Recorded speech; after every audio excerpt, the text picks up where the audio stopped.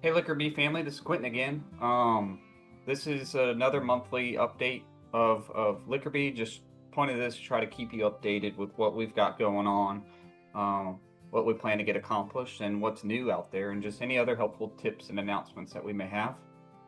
I think we got some good feedback last month on the first one that I did, and a lot of people found that helpful. So it's the whole point of this. And of course, if you don't want to watch this video, I'll send out an email with what we discuss here.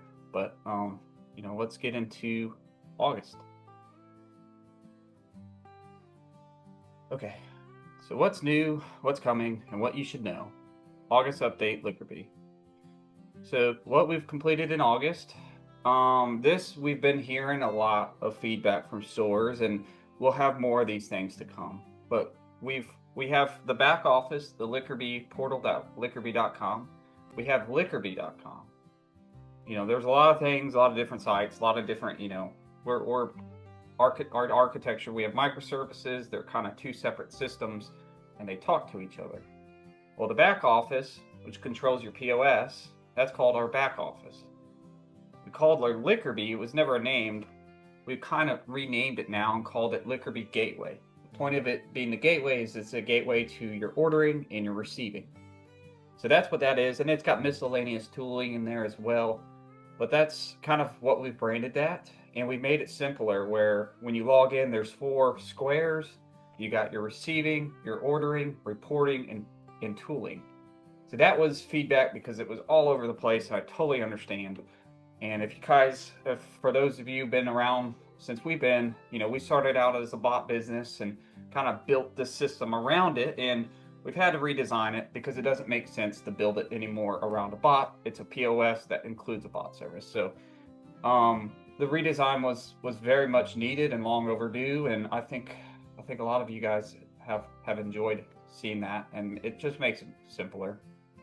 Another thing we added was the ability to delete a staged purchase order. So when we stage it, if for some reason you don't want to receive it or something happens on the truck, and you want to get it out of that stage state, you can delete it and it will go to a deleted state. There's a new button there. And then from deleted, you can also undelete it. So if you want to undo it, you can bring it back to staged if you ever want to go back. But it just gives it a status so like, hey, I don't want to receive this, I'll just delete it. And it's a soft delete. So you may have noticed that. There's also a bug fix that we've had for some time now on the Gateway website where you would click a login and it would just kind of refresh the page and make you log back in again. You just keep doing that. And if you didn't know that you had to go and refresh the whole page for it to work. So that endless loop, I think has been resolved. So let me know if that still is available, like a still thing. We've also label printing. When we started the POS, was kind of we just got out a little Windows application to just get something out there because we know POSs need the capability to do labels. Well, this month we actually launched an Android app that you can install at the checkout, connect the printer, and print from there. So you no longer have to use a Windows computer. And if you don't have a Windows computer, you can install our app and get the Zebra printer and print your labels from the checkout. It's a lot easier, a lot better. It's what we support. It's more supported. So for those interested, as we need to, we'll migrate you over from Windows program to the Android app. Some of those of you may have noticed that when we stage purchase orders, sometimes the suggested price was wrong. We squashed that bug. I believe it's gone for good. So if that crops back up, if you notice the suggested price is wrong, report it. Let us know. We'll revisit that, but I believe it's done. The label printing Windows program, for those of you that run a Norton antivirus, I believe they just came out with an update, and they've been deleting our program off your computer and saying it's malicious. I'm not, I didn't put an author on that program, so it believes that it's doing things it shouldn't, but it's really just communicating with the printer. So what we need to do if you are impacted is I need to log back in add some exception rules on that Norton to whitelist it to allow our program to run, so it quits removing itself.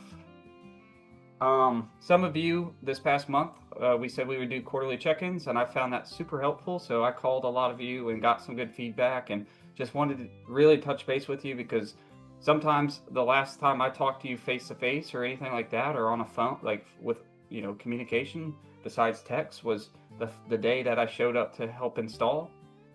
So those phone calls, or those were really helpful just to have a conversation. So be on the lookout. If I didn't call you, you'll probably get a phone call from me this upcoming month, and super helpful.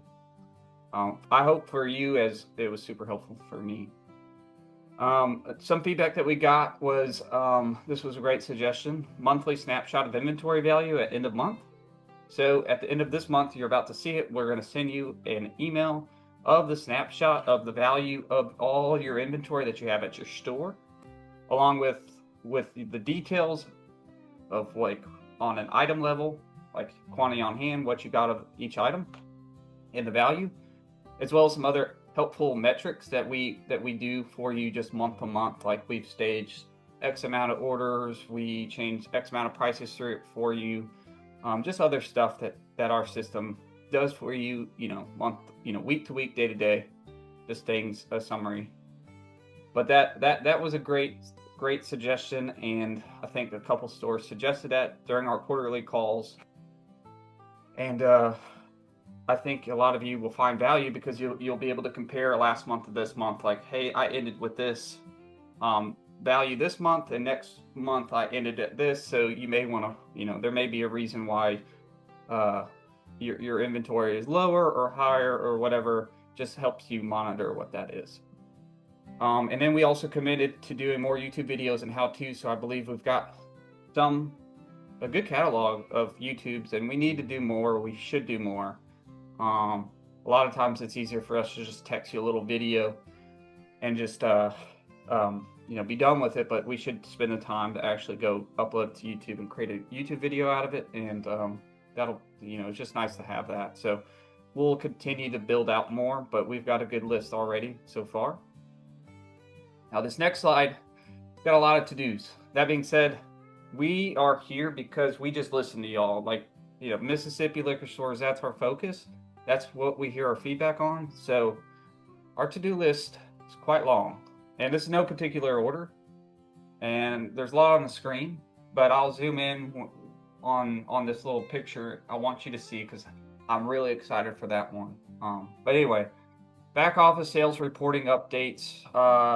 You probably have seen, and it's been confusing. We've been working with third-party company to get some of these updated. And anyway, we're removing the super category from the end-of-day sales reporting and making other things make sense on that report, and make it more intuitive and easier to interpret. So that's going to take about 1 or 2 weeks. So expect an update on that here soon, as well as updating in the next 1 to 2 weeks. The profit margin report, if you've caught it, the formula for the margin percentage is off. So we're going to get that corrected. The margin amount on that report is correct. It's just the margin percentage. It needs updated. Also, a great thing that we would like to have on the POS is, when you hard press on an item, we want you to be able to view and edit the quantity on hand, quantity on reserve, your cost, your price. The margin will update according to that, your SKU and or reorder point, and to see your size. So those are great things to be able to do. Of course, some employees shouldn't have access to do that, but if you're a manager or an admin, you should be able to do that at the checkout. So that'll be available. I'm not sure the timeline. We have not. We've committed to some other work ahead, but that is something definitely we're going to get done soon. Ability to also hard press and add additional UPCs at checkout. I mean, that happens a lot, where you don't want to remove an existing one because it's an old package, but you still have it in your store, but you got new ones coming in. You need to be able to scan both old and new. Currently, you have to do that in the back office to add additional UPC. So being able to do it at checkout, and that should be practically every store of ours lets their employees update UPC, so this is a feature that everyone can use and should use. So this one's the one that I'm most excited for that we're working on. A lot of people have told me this, and if you haven't told me it, you probably thought about it. But it's the item audit history, which is a combination of that stock history, but also shows you your sales, returns, and any other adjustments that could happen. So I kind of made up a little little mock of how that would work. But when you're in inventory, you have your stock history. Well, we're going to add an audit history.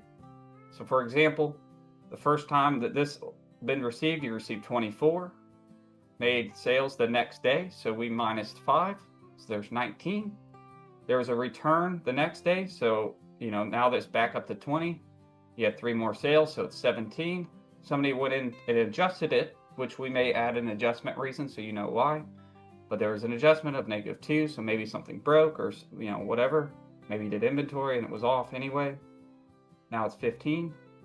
4 more sales, 11. You received another truck, so now it bumped up to 23. You had 6 in sales, so you get the point. It's very helpful to see from an item level everything, why the quantity is being adjusted and moving. To see a date, an action, the change, and then the after change and the user that changed it. So that's a report we know competitors use and have, so we definitely want to have that. Also, an easier quick add item. So we'll have that added into Liquor Bee Gateway based on what's listed in TAP, but not in your catalog. So if it's a special order or a bailment item, you don't have to fill in all the fields. Basically, you just have to fill in. We'll pre-populate with the cost based on the current cost, and you can adjust that. And we'll also pre-populate with the price, just like we do on purchase orders based off your markup or margin. And the only thing you really have to fill in is just you select the item that you want to add. The only thing you need to really physically fill in is your quantity. So you type in 12 or 6 or whatever you got and click add. And the rest of the stuff, the barcode, the SKU, everything behind the scenes, that all happens. You don't have to do anything else, because we know that the back office kind of has a lot of fields and you can get lost if you don't know what all you're supposed to populate. This was on the list last month and we didn't get around to it, and hopefully we can bring this up in priority, but the best price on customer price list. So if you have a customer price list, if you're running a sale that month, you should use the sale price rather than the cost above.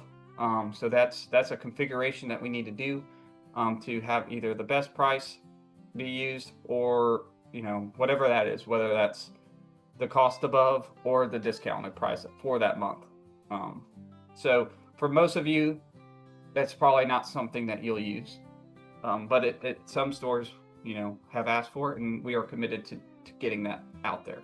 I'm also very much committed to getting this, and this is long overdue, but to be able to expand the margin and markup by your bottle sizes. So like you want to be able to run your liquor 375s at whatever percentage. Well, now you'll be able to log into the Liquor Bee Gateway and configure that yourself. So then whenever we stage those orders based on bottle size, we will do the margin or markup accordingly. So I've said that for, I feel like months, and I just need to get around to do it. And it's going to be super helpful, and I know you guys will love that one.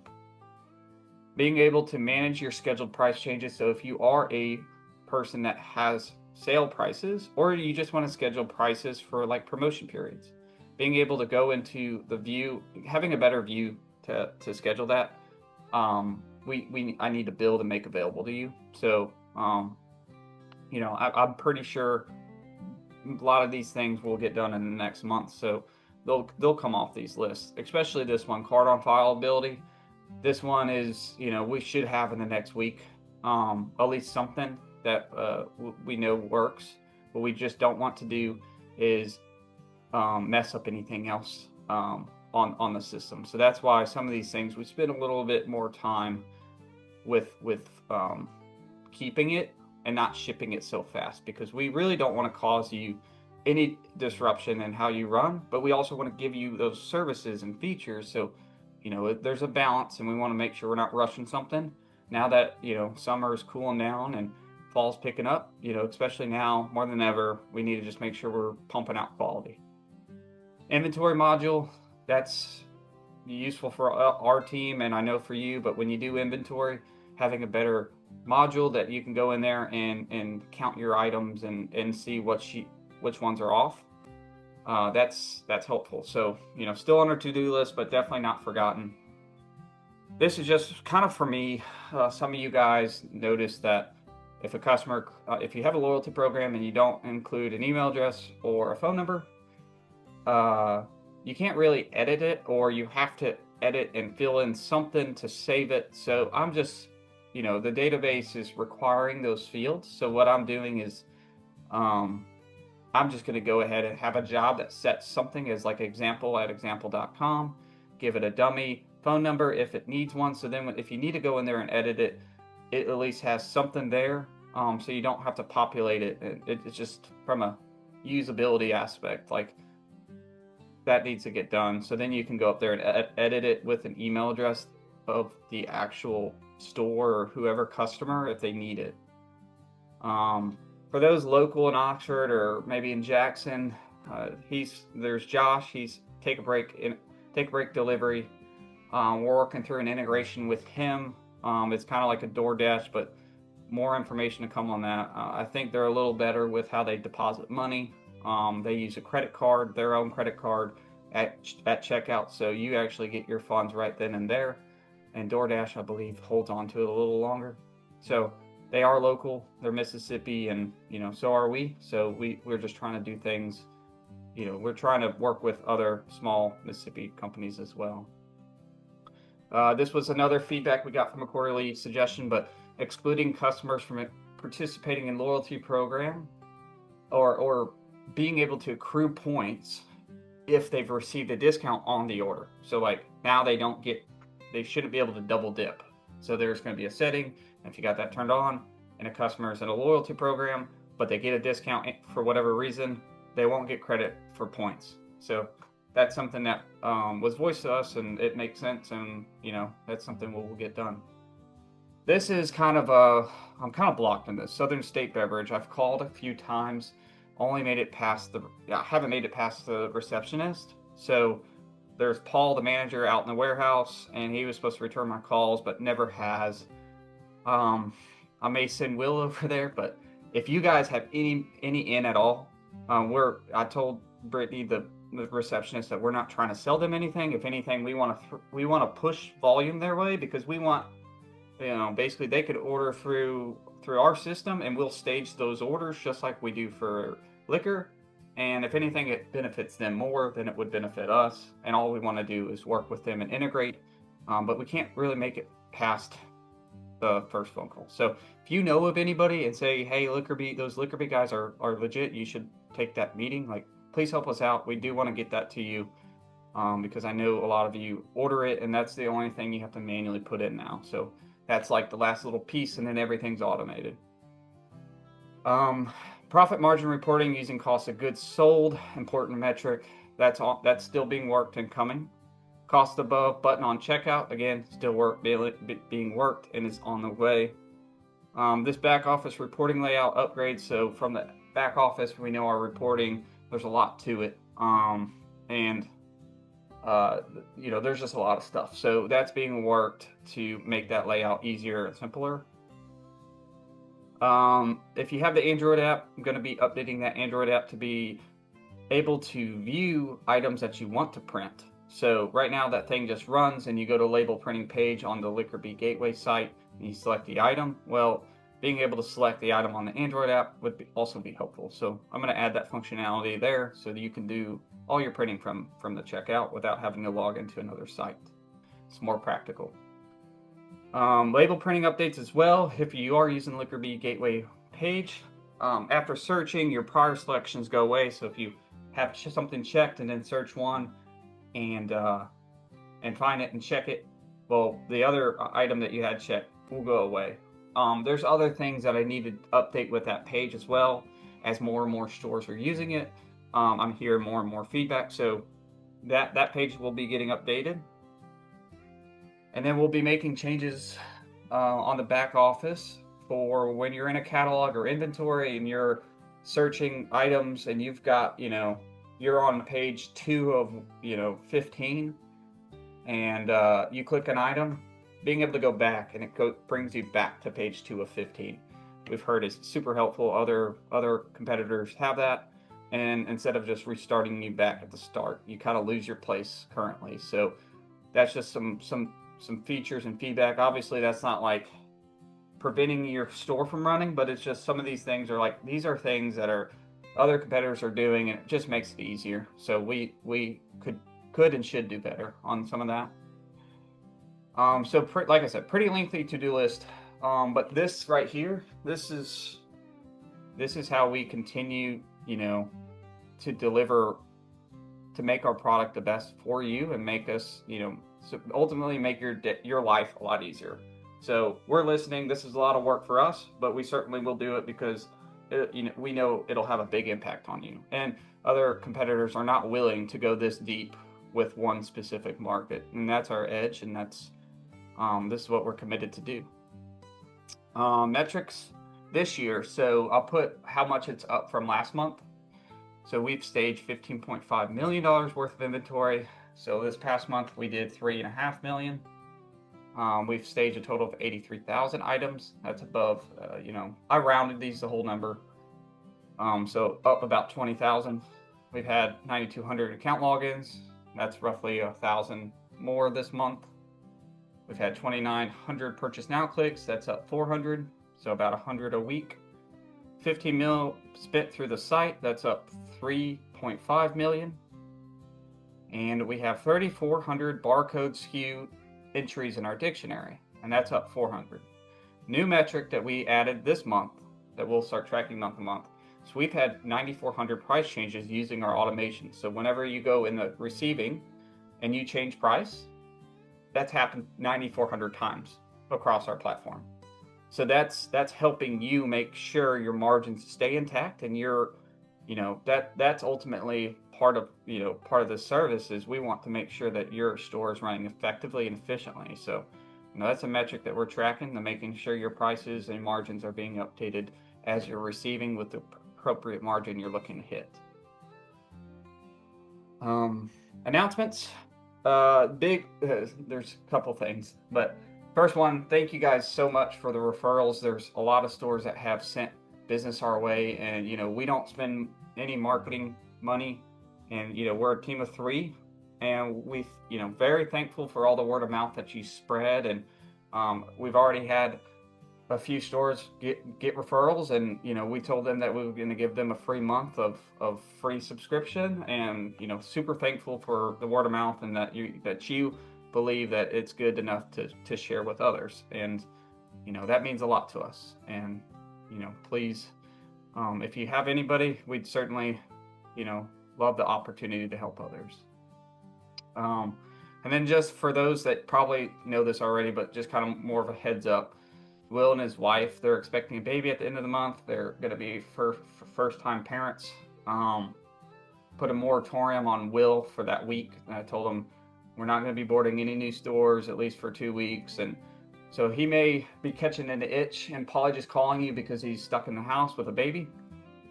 So expect he's allowed to call and do that, but we're pumping the brakes. And anyway, the first few days when we may be a little short staffed, so just bear with us, but we'll make sure that everybody's covered, and nothing is on fire while he's gone.